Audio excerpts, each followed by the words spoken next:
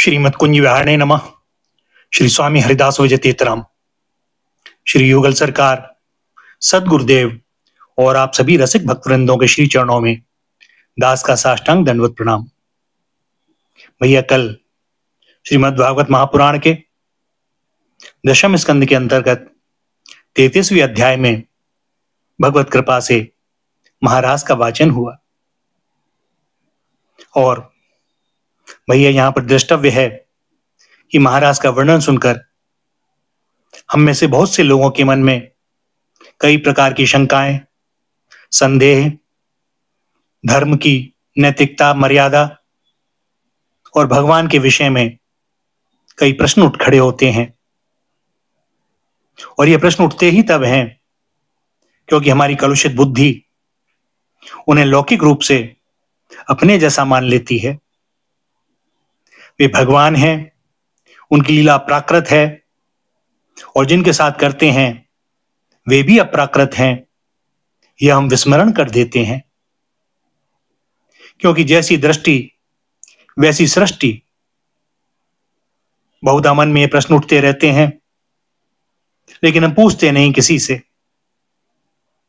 और भैया, वो श्रद्धा की भावना फिर उतनी जोर पकड़ती नहीं, और जब वह जोर नहीं पकड़ती तब वह आनंद नहीं मिल पाता जो वे हमें देना चाहते हैं। सो आज श्रीमद् भागवत महापुराण का दशम स्कंद का 34वां अध्याय का वाचन न करते हुए इसी 33वें अध्याय महाराज के विषय में करते हैं कुछ बातें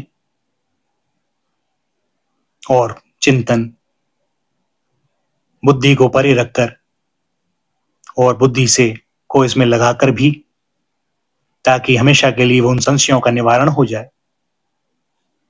श्रीमद् भागवत में रासलीला के 5 अध्याय, उसके 5 प्राण माने जाते हैं। भगवान श्री कृष्ण की अंतरंग लीला, निज स्वरूप भूता, गोपिकाओं और आह्लादनी शक्ति श्री राधा जी के साथ होने वाली भगवान की दिव्याति दिव्य क्रीड़ा इन अध्यायों में कही गई है। रास शब्द का मूल रस है और रस स्वयं भगवान श्री कृष्ण ही हैं। रसो वेसह, जिस दिव्य क्रीड़ा में एक ही रस अनेक रूपों रसों के रूप में होकर अनंत अनंत रस का समास्वादन करे, एक रस ही रस समूह के रूप में प्रकट होकर स्वयं ही आस्वादक, लीला धाम और विभिन्न आलम्बन एवं उद्दीपन के रूप में क्रीड़ा करे, उसका नाम रास है।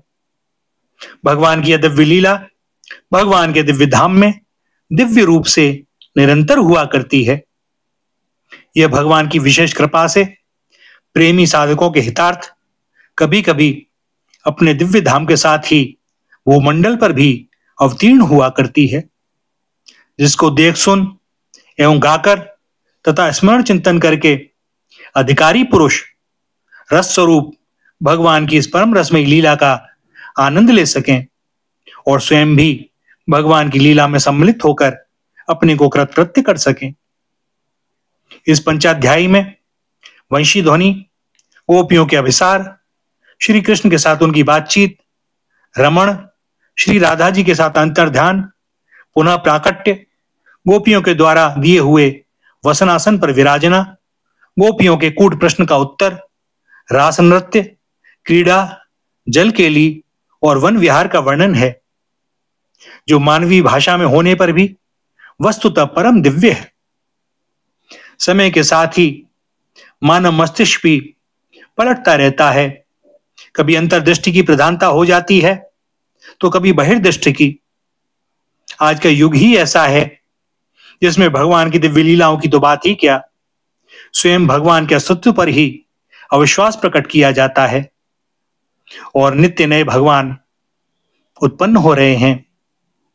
ऐसी स्थिति में इस दिव्य लीला का रहस्य न समझकर लोग तरह तरह की आशंका प्रकट करें तो इसमें आश्चर्य की भी कोई बात नहीं, क्योंकि यह लीला अंतर्दृष्टि से और मुख्यतः भगवत कृपा से ही समझ में आती है। वह कहते हैं ना, भगवत रसिक रसिक की बातें रसिक बिना कोई समझ सके ना। जिन भाग्यवान और भगवत कृपा प्राप्त महात्माओं ने इसका अनुभव किया है वे धन्य हैं, और उनकी चरण धूलि के प्रताप से ही त्रिलोकी धन्य है। यह बात पहले समझ लेनी चाहिए कि भगवान का शरीर जीव शरीर की भांति जड़ नहीं होता। जड़ की सत्ता केवल जीव की दृष्टि में होती है, भगवान की दृष्टि में नहीं। यह देह है और यह देही है, इस प्रकार का भेदभाव केवल प्रकृति के राज्य में होता है। अप्राकृत लोक में जहां की प्रकृति भी चिन्मय है, सब कुछ चिन्मय ही होता है। वहां अचित की प्रतीति तो केवल चिद्विलास अथवा भगवान की लीला की सिद्धि के लिए ही होती है। इसलिए स्थूलता में अथवा यूं कहें कि जड़ राज्य में रहने वाला मस्तिष्क जब भगवान की अप्राकृत लीलाओं के संबंध में विचार करने लगता है, तब वह अपनी पूर्व वासनाओं के अनुसार जड़ राज्य की धारणाओं, कल्पनाओं और क्रियाओं का ही आरोप उस दिव्य राज्य के विषय में भी करता है।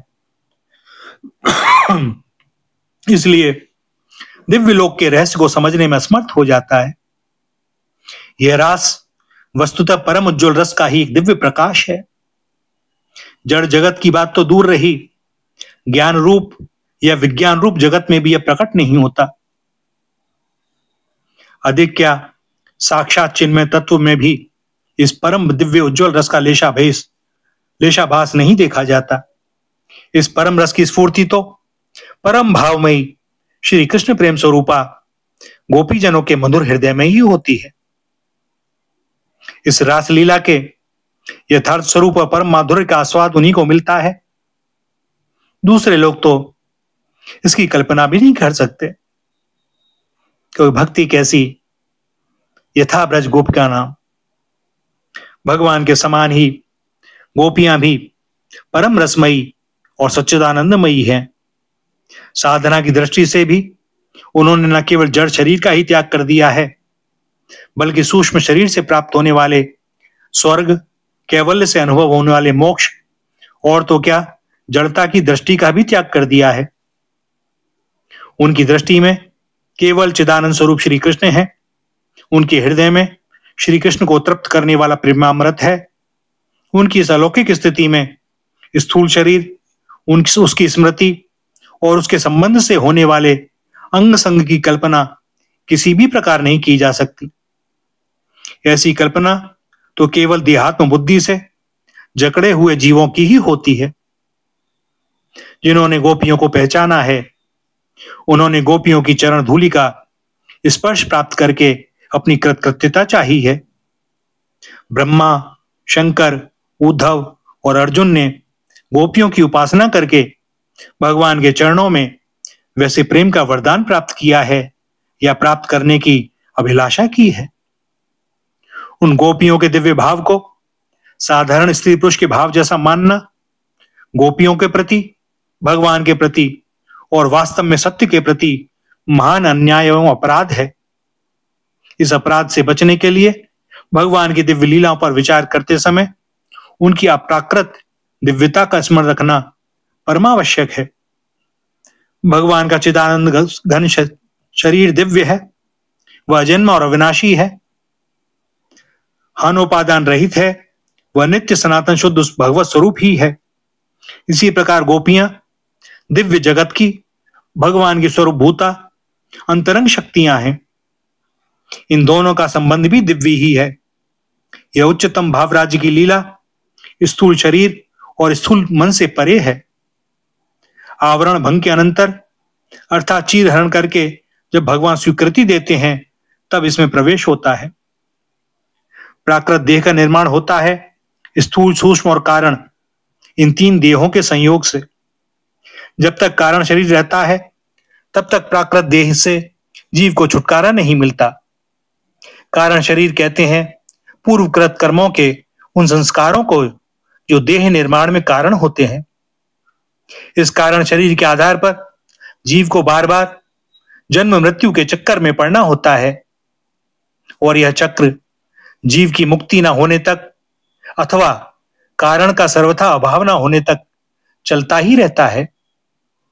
इसी कर्म बंधन के कारण पांच भौतिक स्थूल शरीर मिलता है, जो रक्त, मांस, अस्थि आदि से भरा और चमड़े से ढका होता है। प्रकृति के राज्य में जितने शरीर होते हैं, सभी वस्तुतः योनि और बिंदु के संयोग से ही बनते हैं। फिर चाहे कोई कामजनित निकृष्ट मैथुन से उत्पन्न हो या ऊर्ध्वरेता महापुरुष के संकल्प से।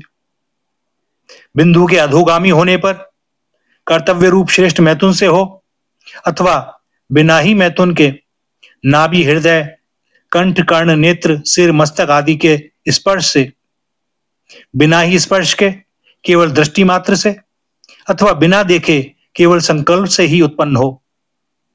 ये मैथुनी अमैथुनी सभी शरीर हैं, योनि और बिंदु के संयोग जनित ही। ये सभी प्राकृत शरीर हैं। इस प्रकार योगियों के द्वारा निर्मित निर्माणकाय यद्यपि अपेक्षाकृत शुद्ध हैं, परंतु वे भी हैं प्राकृत ही। पितर या देवों के दिव्य कहलाने वाले शरीर भी प्राकृत ही हैं। अप्राकृत शरीर इन सबसे विलक्षण है, जो महाप्रलय में भी नष्ट नहीं होते, और भगवत देह तो साक्षात भगवत स्वरूप ही है। देव शरीर प्राय रक्त, मांस, मेद, अस्थि वाले नहीं होते, अप्राकृत शरीर भी नहीं होते। फिर भगवान श्री कृष्ण का भगवत स्वरूप शरीर तो रक्त, मांस, अस्थि में होता ही कैसे? वह तो सर्वदा सर्वथा चिदानंदमय है। उसमें देह देही, गुण गुणी, रूप रूपी, नाम नामी और लीला तथा लीला पुरुषोत्तम का भेद नहीं है। श्री कृष्ण का एक एक अंग पूर्ण श्री कृष्ण है। श्री कृष्ण का मुखमंडल जैसे पूर्ण श्री कृष्ण है, वैसे ही श्री कृष्ण का पदनख भी पूर्ण श्री कृष्ण है। श्री कृष्ण की सभी इंद्रियों से सभी काम हो सकते हैं। उनके कान देख सकते हैं, उनकी आंखें सुन सकती हैं, उनकी नाक स्पर्श कर सकती है, उनकी रसना सूंघ सकती है, उनकी त्वचा स्वाद ले सकती है, वे हाथों से देख सकते हैं, आंखों से चल सकते हैं। श्री कृष्ण का सब कुछ श्री कृष्ण होने के कारण वह सर्वथा पूर्णतम है। इसी से उनकी रूप माधुरी नित्य वर्धनशील, नित्य नवीन सौंदर्यमयी है। उसमें ऐसा चमत्कार है कि वह स्वयं अपने को ही आकर्षित कर लेती है। फिर उनके सौंदर्य माधुर्य से गौ, हरिण और वृक्ष बेल पुलकित हो जाएं, तो इसमें कहना ही क्या। भगवान के ऐसे स्वरूपभूत शरीर से गंदा मैथुन कर्म संभव नहीं। मनुष्य जो कुछ खाता है, उससे क्रमशः रस, रक्त, मांस, मेद, मज्जा और अस्थि बनकर अंत में शुक्र बनता है। इसी शुक्र के आधार पर शरीर रहता है, और मैथुन क्रिया में इसी शुक्र का शरण हुआ करता है। भगवान का शरीर न तो कर्मजन्य है, न मैथुनी सृष्टि का है, और न दैवी ही। वह तो इन सब से परे सर्वथा विशुद्ध भगवत स्वरूप है। उसमें रक्त, मांस, मस्त, अस्थि आदि नहीं, अतएव उसमें शुक्र भी नहीं है। इसलिए उसमें प्राकृत पांच भौतिक शरीरों वाले स्त्री पुरुष के रमण या मैथुन की कल्पना भी नहीं की जा सकती। इसीलिए भगवान को उपनिषद में अखंड ब्रह्मचारी बतलाया गया है, और इसी से भागवत में उनके लिए अवरुद्ध सौरत आदि शब्द आए हैं। फिर कोई शंका करे कि उनके 16,108 रानियों के इतने पुत्र कैसे हुए, तो भैया इसका सीधा उत्तर यही है कि यह सारी भागवती सृष्टि थी, भगवान के संकल्प से हुई थी। भगवान के शरीर में जो रक्त, मांस आदि दिखलाई पड़ते हैं, वह तो भगवान की योग माया का चमत्कार है। इस बात से यह भी सिद्ध होता है कि गोपियों के साथ भगवान श्री कृष्ण का जो रमण हुआ, वह सर्वथा दिव्य भगवत राज्य की लीला है, लौकिक काम क्रीड़ा नहीं। इन गोपियों की साधना पूर्ण हो चुकी है। भगवान ने अगली रात्रियों में उनके साथ विहार करने का प्रेम संकल्प कर लिया है। इसी के साथ उन गोपियों को भी, जो नित्य सिद्धा हैं, जो लोक दृष्टि में विवाहिता भी हैं, इन्हीं रात्रियों में दिव्य लीला में सम्मिलित करना है। वे अगली रात्रियां कौन सी हैं, यह बात भगवान की दृष्टि के सामने है। उन्होंने शारदीय रात्रियों को देखा, भगवान ने देखा।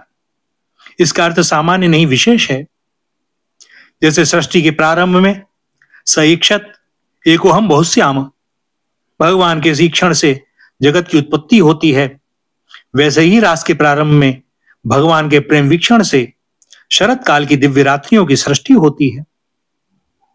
मल्लिका पुष्प, चंद्रिका आदि समस्त उद्दीपन सामग्री भगवान के द्वारा वीक्षित है, अर्थात लौकिक नहीं, अलौकिक, अप्राकृत है। गोपियों ने अपना मन श्री कृष्ण के मन में मिला दिया था, उनके पास स्वयं मन न था। अब प्रेम दान करने वाले श्री कृष्ण ने विहार के लिए नवीन मन की, दिव्य मन की सृष्टि की। योगेश्वर भगवान श्री कृष्ण की यही योग माया है जो रास लीला के लिए दिव्य स्थल, दिव्य सामग्री एवं दिव्य मन का निर्माण किया करती है। और जब यह हो जाता है तब भगवान की बांसुरी बजती है।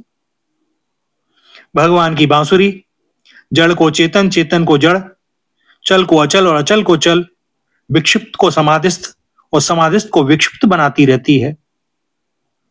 भगवान का प्रेम दान प्राप्त करके गोपियां निसंकल्प, निश्चिंत होकर घर के कामों में लगी हुई थी। कोई गुरुजनों की सेवा शुश्रूषा, धर्म के काम में लगी थी, कोई गोदोहन आदि अर्थ के काम में लगी हुई थी, तो कोई साज श्रृंगार आदि काम के साधन में व्यस्त थी, कोई पूजा पाठ आदि मोक्ष साधन में लगी हुई थी। सब लगी हुई थी अपने अपने काम में, परंतु वास्तव में वे उनमें से एक भी पदार्थ चाहती न थी। यही उनकी विशेषता थी। और इसका प्रत्यक्ष प्रमाण यह है कि वंशी ध्वनि सुनते ही कर्म की पूर्णता पर उनका ध्यान नहीं रहता। काम पूरा करके चलें, ऐसा उन्होंने विचार नहीं किया। वे चल पड़ी उस साधक सन्यासी के समान जिसका हृदय वैराग्य की प्रदीप्त ज्वाला से परिपूर्ण होता है। किसी ने किसी से पूछा नहीं, आपस में कोई सलाह नहीं की, अस्त व्यस्त गति से जो जैसी थी वैसी ही श्री कृष्ण के पास पहुंच गई। वैराग्य की पूर्णता और प्रेम की पूर्णता एक ही बात है, दो नहीं। गोपियां ब्रज और श्री कृष्ण के बीच में मूर्तिमान वैराग्य है या मूर्तिमान प्रेम, इसका निर्णय कौन कर सकता है? साधना के दो भेद हैं, मर्यादापूर्ण वैद्य साधना और मर्यादा रहित अवैध प्रेम साधना। दोनों के ही अपने अपने स्वतंत्र नियम हैं। वैद्य साधना में जैसे नियमों के बंधन का, सनातन पद्धति का, कर्तव्यों का और विविध पालनीय कर्मों का त्याग साधना से भ्रष्ट करने वाला है और महान हानिकर है, वैसे ही अवैध प्रेम साधना में इनका पालन कलंक रूप होता है। यह बात नहीं कि इन सब आत्मोन्नति के साधनों को वह अवैध प्रेम साधना का साधक जानबूझकर छोड़ देता है। बात यह है कि वह स्तर ही ऐसा है जहां इनकी आवश्यकता नहीं है। ये वहां अपने आप ही छूट जाता है। जैसे नदी के पार पहुंचने पर स्वाभाविक ही नौका की सवारी छूट जाती है। जमीन पर न तो नौका पर बैठकर चलने का प्रश्न उठता है और न ऐसा चाहने वाला या करने वाला बुद्धिमान ही समझा जाता है। ये सब साधन वहीं तक रहते हैं जहां तक सारी वृत्तियां सहज स्वेच्छा से सदा सर्वदा एकमात्र भगवान की ओर दौड़ने नहीं लग जाती। इसलिए भगवान ने गीता में एक जगह अर्जुन से कहा है कि अर्जुन, यद्यपि तीनों लोकों में मुझे कुछ भी करना नहीं है और ना मुझे किसी वस्तु को प्राप्त ही करना है जो मुझे ना प्राप्त है, तो भी मैं कर्म करता ही हूं। यदि मैं सावधान होकर कर्म ना करूं तो अर्जुन, मेरी देखा देखी लोग कर्मों को छोड़ बैठे और यूं मेरे कर्म ना करने से ये सारे लोग भ्रष्ट हो जाएं तथा मैंने वर्ण संकर बनाने वाला और सारी प्रजा का नाश करने वाला बनूं। इसलिए मेरे सादर्श के अनुसार अनासक्त ज्ञानी पुरुष को भी लोक संग्रह के लिए वैसे ही कर्म करने चाहिए जैसे कर्म में आसक्त अज्ञानी लोग करते हैं। यहां भगवान आदर्श लोक संग्रही महापुरुष के रूप में बोलते हैं, लोकनायक बनकर सर्वसाधारण को शिक्षा देते हैं। इसलिए स्वयं अपना उदाहरण देकर लोगों को कर्म में प्रवृत्त करना चाहते हैं। यही भगवान उसी गीता में जहां अंतरंगता की बात कहते हैं वहां स्पष्ट कहते हैं, सर्वधर्मान परित्यज्य मामेकम शरणम ब्रज, सारे धर्मों का त्याग कर तू केवल एक मेरी शरण में आ जा। भैया, यह बात सबके लिए नहीं है।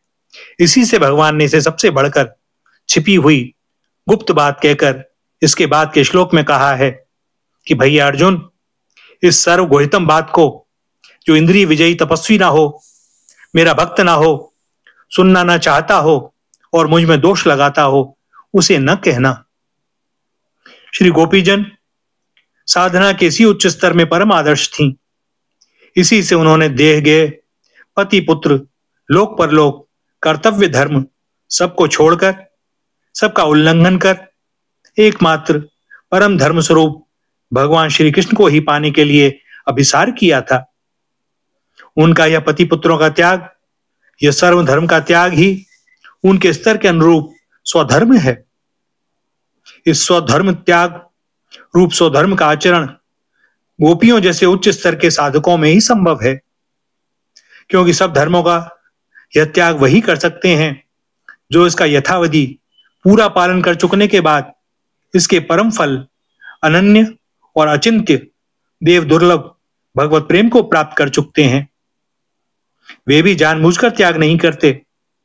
सूर्य का प्रखर प्रकाश हो जाने पर तेल दीपक की भांति स्वतः ही ये धर्म उसे त्याग देते हैं।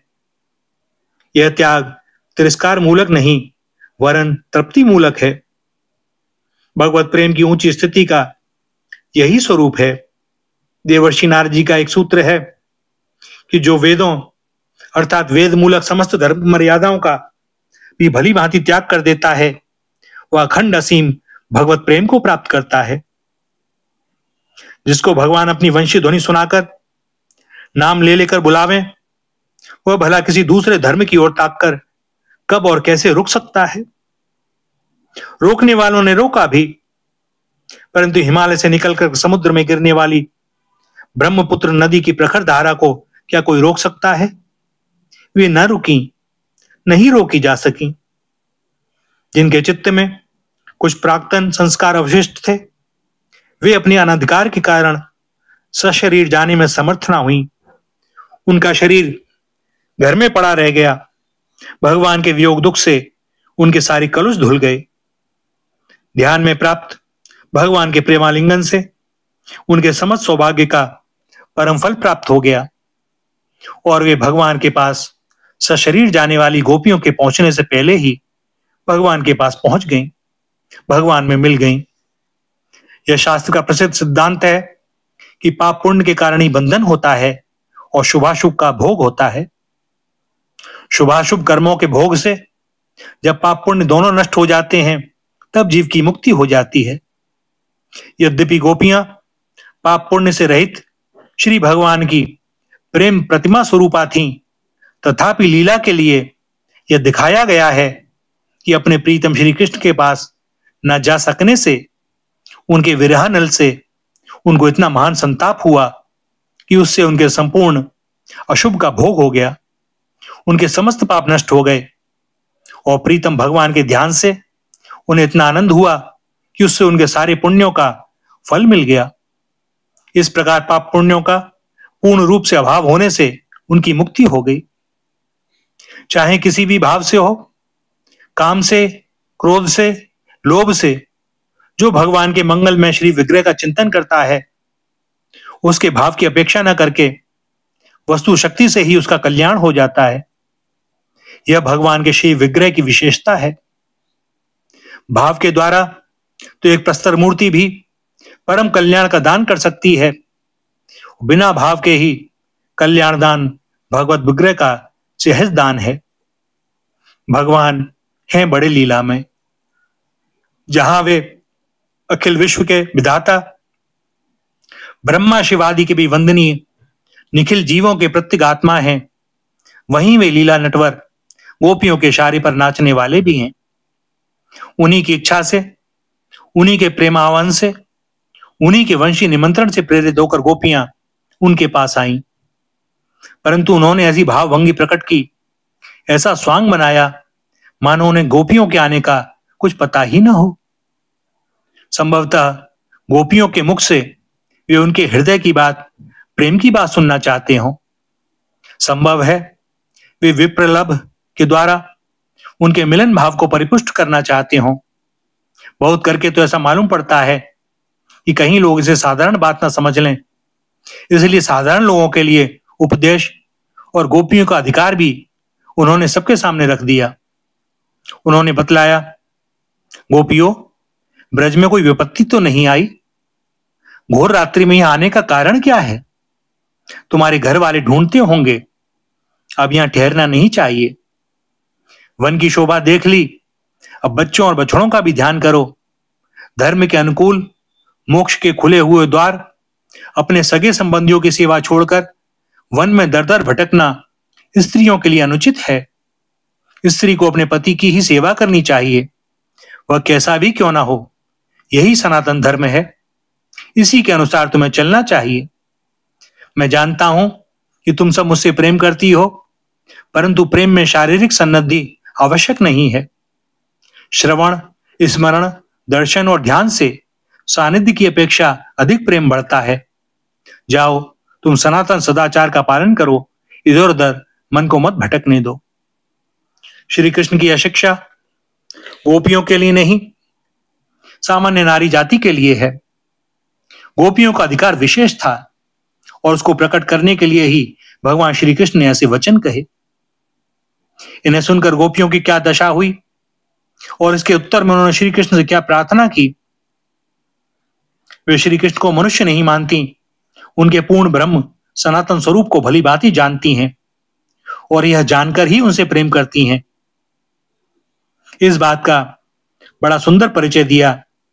यह सब विषय मूल में ही पाठ करने योग्य है।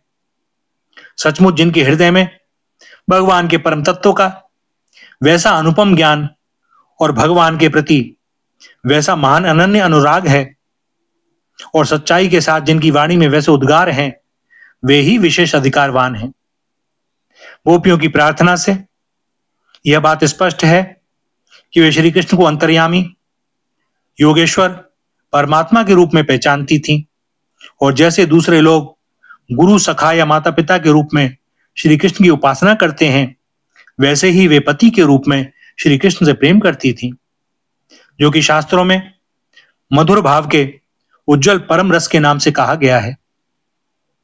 जब प्रेम के सभी भाव पूर्ण होते हैं और साधकों को स्वामी सखादी के रूप में भगवान मिलते हैं, तब गोपियों ने क्या अपराध किया था कि उनका यह उच्चतम भाव, जिसमें शांत, दास, सख्य और वात्सल्य सबके समंतरभूत हैं और जो सबसे उन्नत एवं सबका अंतिम रूप है, माधुर्य भाव, वह पूर्ण ना होता।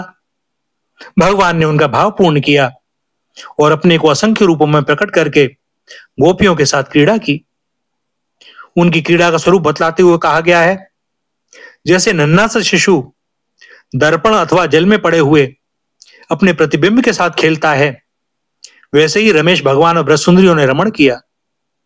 अर्थात सच्चिदानंद घन, सर्वांतर्यामी, प्रेम रस स्वरूप लीला रसमय परमात्मा भगवान श्री कृष्ण ने अपनी आह्लादनी शक्ति रूपा आनंद चिन्मय रस प्रतिभाविता अपनी ही प्रतिमूर्ति से उत्पन्न अपनी प्रतिबिंब स्वरूपा गोपियों से आत्म क्रीड़ा की। पूर्ण ब्रह्म सनातन रस स्वरूप रसराज रसिक शेखर रस पर ब्रह्म अखिल रसामत विग्रह भगवान श्री कृष्ण की इस चिदानंद रसमयी दिव्य क्रीड़ा का ही नाम रास है। इसमें न तो कोई जड़ शरीर था, ना प्राकृत अंग संग था और ना ही इसके संबंध की प्राकृत और स्थूल कल्पनाएं ही थीं। यह था चिदानंदमय भगवान का दिव्य विहार, जो दिव्य लीला धाम में सर्वथा होते रहने पर भी कभी कभी प्रकट होता है। भैया, वियोग ही संयोग का पोषक है। मान और मद ही भगवान की लीला में बाधक हैं। भगवान की दिव्य लीला में मान और मद भी, जो कि दिव्य हैं, इसलिए होते हैं कि उनसे लीला में रस की और भी पुष्टि हो। भगवान की इच्छा से ही गोपियों में लीला के अनुरूप मान और मद का संचार हुआ और भगवान अंतर ध्यान हो गए। जिनके हृदय में लेश मात्र भी मद अवशेष है, नाम मात्र का भी मान का संस्कार शेष है, वे भगवान के सम्मुख रहने के अधिकारी नहीं, अथवा वे भगवान का पास रहने पर भी दर्शन नहीं कर सकते। परंतु गोपियां गोपियां थीं, उनसे जगत के किसी प्राणी की तिलमात्र भी तुलना नहीं की जा सकती। भगवान के वियोग में गोपियों की क्या दशा हुई, इस बात को रासलीला का प्रत्येक पाठक श्रवण करने वाला जानता है। गोपियों के शरीर, मन, प्राण, वे जो कुछ थीं, सब श्री कृष्ण में एक तान हो गए। उनके प्रेमोन्माद का वह गीत, जो उनके प्राणों का प्रत्यक्ष प्रतीक है, आज भी भावुक भक्तों को भावमग्न करके भगवान की लीला लोक में पहुंचा देता है। एक बार सरस हृदय से पाठ करने मात्र से ही यह गोपियों की महत्ता संपूर्ण हृदय में भर देता है। गोपियों के उस महाभाव, उस अलौकिक प्रेमोन्माद को देखकर श्री कृष्ण भी अंतर्हित न रह सके और उनके सामने साक्षात मनमत रूप से प्रकट हुए और उन्होंने मुक्त कंठ से स्वीकार किया कि गोपियों, मैं तुम्हारे प्रेम भाव का चिर ऋणी हूं। यदि मैं अनंत काल तक तुम्हारी सेवा करता रहूं तो भी तुमसे ऋण नहीं हो सकता। मेरे अंतर ध्यान होने का प्रयोजन तुम्हारे चित्त को दुखाना नहीं था, बल्कि तुम्हारे प्रेम को और भी उज्जवल एवं समृद्ध करना था। और इसके बाद रास क्रीड़ा प्रारंभ हुई। जिन्होंने आध्यात्म शास्त्र का स्वाध्याय किया है वे जानते हैं कि योग सिद्धि प्राप्त साधारण योगी भी काय व्यू के द्वारा एक साथ अनेक शरीरों का निर्माण कर सकते हैं और अनेक स्थानों पर उपस्थित रहकर पृथक पृथक कार्य कर सकते हैं। इंद्रादि देवगण एक ही समय अनेक स्थानों पर उपस्थित होकर अनेक यज्ञों में युगपत आहुति स्वीकार कर सकते हैं। निखिल योगियों और योगेश्वरों के भी ईश्वर सर्वसमर्थ भगवान श्री कृष्ण यदि एक ही साथ अनेक गोपियों के साथ क्रीड़ा करें तो इसमें आश्चर्य की कौन सी बात। जो लोग भगवान को भगवान नहीं स्वीकार करते वही अनेकों प्रकार की शंका को शंकाएं करते हैं। भैया, भगवान की निज लीला में इन तर्कों का प्रवेश ही नहीं है।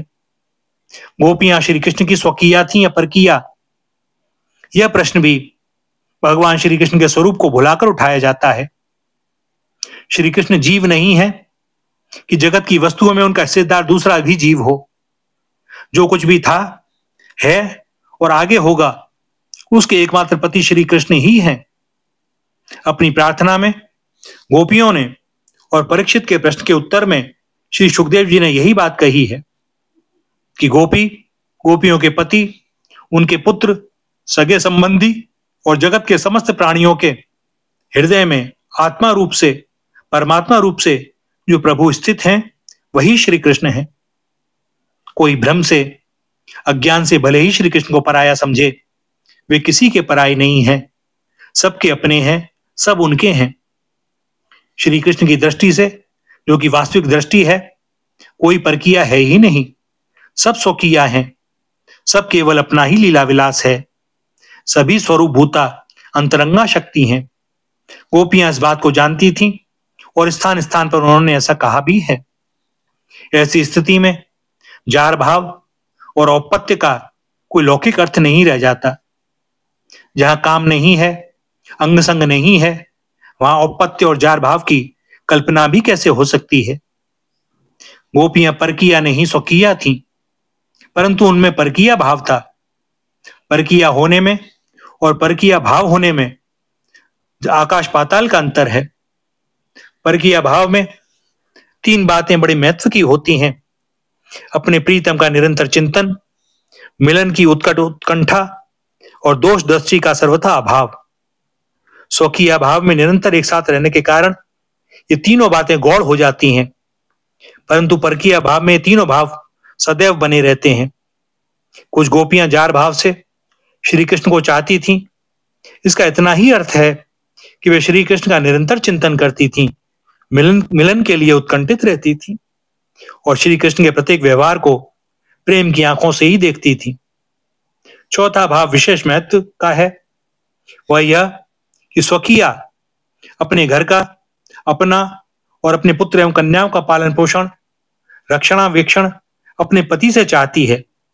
वह समझती है कि इनकी देखरेख करना पति का कर्तव्य है, क्योंकि ये सब उसी के आश्रित हैं और वह पति से ऐसी आशा भी रखती है।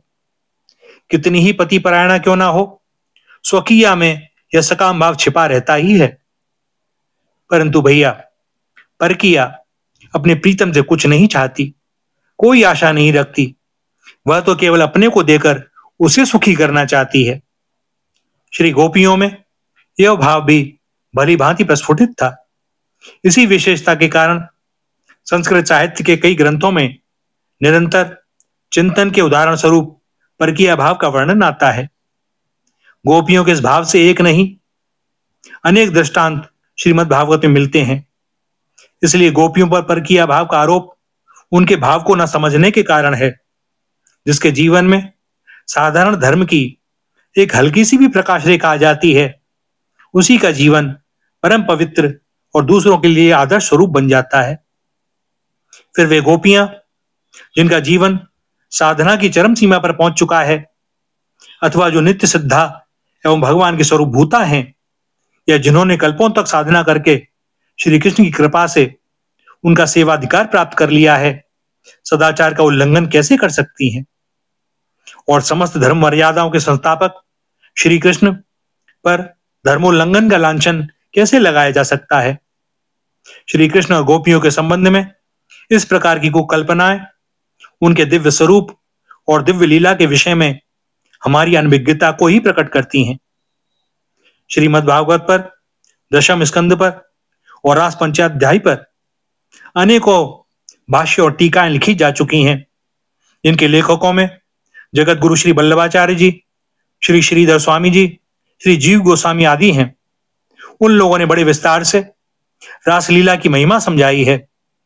किसी ने इसे काम पर विजय बतलाया है, किसी ने भगवान का दिव्य विहार बताया है, और किसी ने इसका आध्यात्मिक अर्थ किया है। भगवान श्री कृष्ण आत्मा है, आत्माकार वृत्ति श्री राधा है, और शेष आत्मा विमोक वृत्तियां गोपियां हैं। इनका धारा प्रवाह रूप से निरंतर आत्मरमण ही रास है। किसी भी दृष्टि से देखा जाए, रासलीला की महिमा अधिकाधिक प्रकट होती है। परंतु इससे ऐसा नहीं मानना चाहिए कि श्रीमद् भागवत में वर्णित रास या रमण प्रसंग केवल एक रूपक या कल्पना है। यह सर्वथा सत्य है, और जैसा वर्णन है वैसा ही मिलन विलासादि रूप श्रृंगार का रसास्वादन भी हुआ था। भेद केवल इतना है कि वह लौकिक स्त्री पुरुषों का मिलन न था।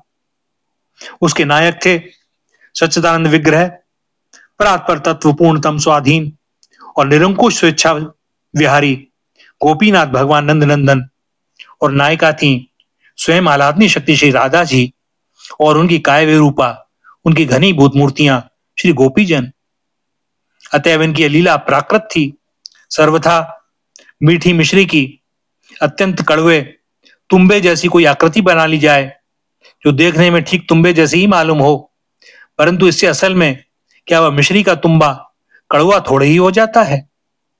क्या तुम्बे की आकार की होने से मिश्री के स्वाभाविक गुण मधुरता का अभाव हो जाता है? नहीं, वह किसी भी आकार में हो, सर्वदा और सर्वथा केवल मिश्री ही मिश्री है। बल्कि इसमें लीला चमत्कार की बात जरूर है। लोग समझते हैं कि कड़वा तुम्बा और होती है वह मधुर मिश्री। इसी प्रकार अखिल रसामृत सिंधु सच्चिदानंद विग्रह भगवान श्री कृष्ण और उनकी अंतरंगा अभिन्न स्वरूपा गोपियों की लीला भी देखने में कैसी ही क्यों ना हो, वस्तुतः वह सच्चिदानंदमयी ही है। उसमें सांसारिक गंदे काम का कड़वा स्वाद है ही नहीं। हाँ, यह अवश्य है कि इस लीला की नकल किसी को नहीं करनी चाहिए, और वैसे भी करना संभव भी नहीं। माइक पदार्थों के द्वारा मायातीत भगवान का अनुकरण कोई कैसे कर सकता है? कड़वे तुम्बे को चाहे जैसी सुंदर मिठाई की आकृति दे दी जाए, उसका कड़वापन कभी मिट नहीं सकता। इसलिए जिन मोहग्रस्त मनुष्यों ने श्री कृष्ण की रास आदि अंतरंग लीलाओं का अनुकरण करके नायक नायिका का रसास्वादन करना चाहा था या चाहते हैं, उनका घोर पतन हुआ है और आगे भी होगा। श्री कृष्ण की इन लीलाओं का अनुकरण तो केवल श्री कृष्ण ही कर सकते हैं। इसीलिए सुखदेव जी ने रास पंचाध्याय के अंत में सबको सावधान करते हुए कह दिया है कि भगवान के उपदेश तो सब मानने चाहिए, परंतु उनके सभी आचरणों का अनुकरण नहीं करना चाहिए। जो लोग भगवान श्री कृष्ण को केवल मनुष्य मानते हैं और केवल मानवीय भाव एवं आदर्श की कसौटी पर उनके चरित्र को कसना चाहते हैं, वे पहले से ही शास्त्र से विमुख हो जाते हैं। उनके चित्त में धर्म की कोई धारणा ही नहीं रहती और वे भगवान को भी अपनी बुद्धि के पीछे चलाना चाहते हैं। इसलिए साधकों के सामने उनकी युक्तियों का कोई महत्व नहीं रहता। जो शास्त्र श्री कृष्ण स्वयं भगवान है इस वचन को नहीं मानता, वह उनकी लीलाओं को किस आधार पर सत्य मानकर उनकी आलोचना कर सकता है, यह समझ में नहीं आता। जैसे मानव धर्म, देव धर्म और पशु धर्म पृथक पृथक होते हैं, वैसे ही भगवत धर्म भी पृथक होता है और भगवान के चरित्र का परीक्षण उसकी ही कसौटी पर होना चाहिए। भगवान का एकमात्र धर्म है प्रेम परवशता, दया परवशता और भक्तों की अभिलाषा की पूर्ति। यशोदा जी के हाथों से ऊखल में बंधे जाने वाले श्री कृष्ण का अपने निर्जन गोपियों के प्रेम के कारण उनके साथ नाचना यह उनका सहज धर्म है। यदि कोई यह हटकी ही करे कि श्री कृष्ण का चरित्र मानवीय धारणाओं और आदर्शों के अनुकूल ही होना चाहिए, तो इसमें भी कोई आपत्ति की बात नहीं। श्री कृष्ण की अवस्था महाराज के समय 10 वर्ष के लगभग थी, जैसा कि भागवत में स्पष्ट वर्णन मिलता है। गांव में रहने वाले बहुत से 10 वर्ष के बच्चे तो नग्न ही रहते हैं। उन्हें कामवृत्ति और स्त्री पुरुष का संबंध का कोई ज्ञान नहीं रहता। लड़के लड़की एक साथ खेलते हैं और भैया उनके मन में आपस में कोई दुर्भाव भी नहीं होता और गांव के बड़े बूढ़े लोग बच्चों का यह खेल देखकर प्रसन्न होते हैं। ऐसे बच्चों को युवती स्त्रियां भी बड़े प्रेम से देखती हैं, आदर करती हैं, नहलाती हैं, खिलाती हैं। यह तो साधारण बच्चों की बात है। श्री कृष्ण जैसे असाधारण धी शक्ति संपन्न बालक, जिनके अनेक सद्गुण बाल्यकाल में ही प्रकट हो चुके थे, जिनकी सम्मति, चातुर्य और शक्ति से बड़ी बड़ी विपत्तियों से ब्रजवासियों ने त्राण पाया था, उनके प्रति वहां की स्त्रियों, बालिकाओं और बालकों का कितना आदर रहा होगा, इसकी कल्पना भी नहीं की जा सकती। उनके सौंदर्य, माधुर्य और ऐश्वर्य से आकृष्ट होकर गांव की बालक बालिकाएं उनके साथ ही रहती थी और श्री कृष्ण भी अपनी मौलिक प्रतिभा से, राग ताल आदि नए नए ढंग से उनका मनोरंजन करते थे और उन्हें शिक्षा देते थे। ऐसे ही मनोरंजनों में रासलीला भी एक थी, ऐसा समझना चाहिए। जो श्री कृष्ण को केवल मनुष्य समझते हैं, उनकी दृष्टि में भी यह दोष की बात नहीं होनी चाहिए। वे उदारता और बुद्धिमानी के साथ भागवत में आए हुए काम, रति आदि शब्दों का ठीक वैसा ही अर्थ समझें जैसा उपनिषद और गीता में इन शब्दों का अर्थ होता है। वास्तव में गोपियों के निष्कपट प्रेम का ही नाम नामांतर काम है और भगवान श्री कृष्ण का आत्मरमण अथवा उनकी दिव्य क्रीड़ा ही रति है। क्षमा करें। इसलिए स्थान स्थान पर उनके लिए विभू परमेश्वर, लक्ष्मीपति, भगवान, योग योगेश्वर, आत्माराम, मनमत मनमत आदि शब्द आते हैं, जिससे किसी को कोई भ्रम ना हो। जब गोपियां श्री कृष्ण की वंशी ध्वनि सुनकर वन में जाने लगी थीं, तब उनके सगे संबंधियों ने उन्हें जाने से रोका था। रात में अपनी बालिकाओं को भला कौन बाहर जाने देता, फिर भी वे चली गईं और इससे घर वालों को किसी प्रकार की अप्रसन्नता नहीं हुई और न उन्होंने श्री कृष्ण पर या गोपियों पर किसी प्रकार का लांछन ही लगाया। उनका श्री कृष्ण पर, गोपियों पर विश्वास था और वे उनके बचपन और खेलों से परिचित थे। उन्हें तो ऐसा मालूम हुआ मानो गोपियां हमारे पास ही हैं। इसको 2 प्रकार से समझ सकते हैं। एक तो यह कि श्री कृष्ण के प्रति उनका इतना विश्वास था कि श्री कृष्ण के पास गोपियों का रहना भी अपने ही पास रहना है। यह तो मानवीय दृष्टि है। दूसरी दृष्टि यह है कि श्री कृष्ण की योग माया ने ऐसी व्यवस्था कर रखी थी कि गोपों को वे घर में ही दिखाई देती थी। किसी भी दृष्टि से रासलीला दूषित प्रसंग नहीं है, बल्कि अधिकारी पुरुष के लिए तो यह संपूर्ण मनोमल को नष्ट करने वाला है। रासलीला के अंत में कहा गया है कि जो पुरुष श्रद्धा भक्ति पूर्वक रासलीला का श्रवण और वर्णन करता है, उसके हृदय का रोग काम बहुत ही शीघ्र नष्ट हो जाता है और उसे भगवान का प्रेम प्राप्त होता है। भागवत में अनेक स्थानों पर ऐसा वर्णन आता है कि जो भगवान की माया का वर्णन करता है, वह माया से पार हो जाता है। जो भगवान के काम जय का वर्णन करता है, वह काम पर विजय प्राप्त करता है। राजा परीक्षित ने अपने प्रश्नों में जो शंकाएं की हैं, उनका उत्तर प्रश्नों के अनुरूप ही अध्याय 29 के श्लोक 13 से 16 तक और अध्याय 33 के श्लोक 30 से 37 तक श्री सुखदेव जी महाराज ने दिया है। उस उत्तर से वे शंकाएं तो हट गई हैं, परंतु भगवान की दिव्य लीला का रहस्य नहीं खुल पाया। संभवतः उस रहस्य को गुप्त रखने के लिए ही 33वें अध्याय में रासलीला प्रसंग समाप्त कर दिया गया। वस्तुतः इस लीला के गूढ़ रहस्य की प्राकृत जगत में व्याख्या की भी नहीं जा सकती, क्योंकि यह इस जगत की क्रीड़ा ही नहीं है। यह तो उस दिव्य आनंदमय रसमय राज्य की चमत्कारी लीला है, जिसके श्रवण और दर्शन के लिए परमहंस मुनिगण भी सदा उत्कंठित रहते हैं। कुछ लोग इस लीला प्रसंग को भागवत में क्षेपक मानते हैं। वे वास्तव में दुराग्रह करते हैं, क्योंकि प्राचीन से प्राचीन प्रतियों में भी यह प्रसंग मिलता है और जरा विचार करके देखने से यह सर्वथा सुसंगत और निर्दोष प्रतीत होता है। भगवान श्री कृष्ण कृपा करके ऐसी विमल बुद्धि हम सबको दें, जिससे हम लोग इसका कुछ रहस्य समझने में समर्थ हों। भगवान की इस दिव्य लीला के वर्णन का यही प्रयोजन है कि जीव गोपियों के उस अहेतुक प्रेम का, जो कि श्री कृष्ण को ही सुख पहुंचाने के लिए था, स्मरण करें और उसके द्वारा भगवान के रस में दिव्य लीला लोक में भगवान के अनंत प्रेम का अनुभव करें। रासलीला का अध्ययन करते समय किसी भी प्रकार की शंका मन में न रखकर हमें इस भाव को जगाए रखना चाहिए। भैया, आज के लिए दास को अनुमति दें वाणी को विराम देने की। आगे श्री हरि की जैसी जो इच्छा। श्री राधा, श्री राधा, श्री राधा।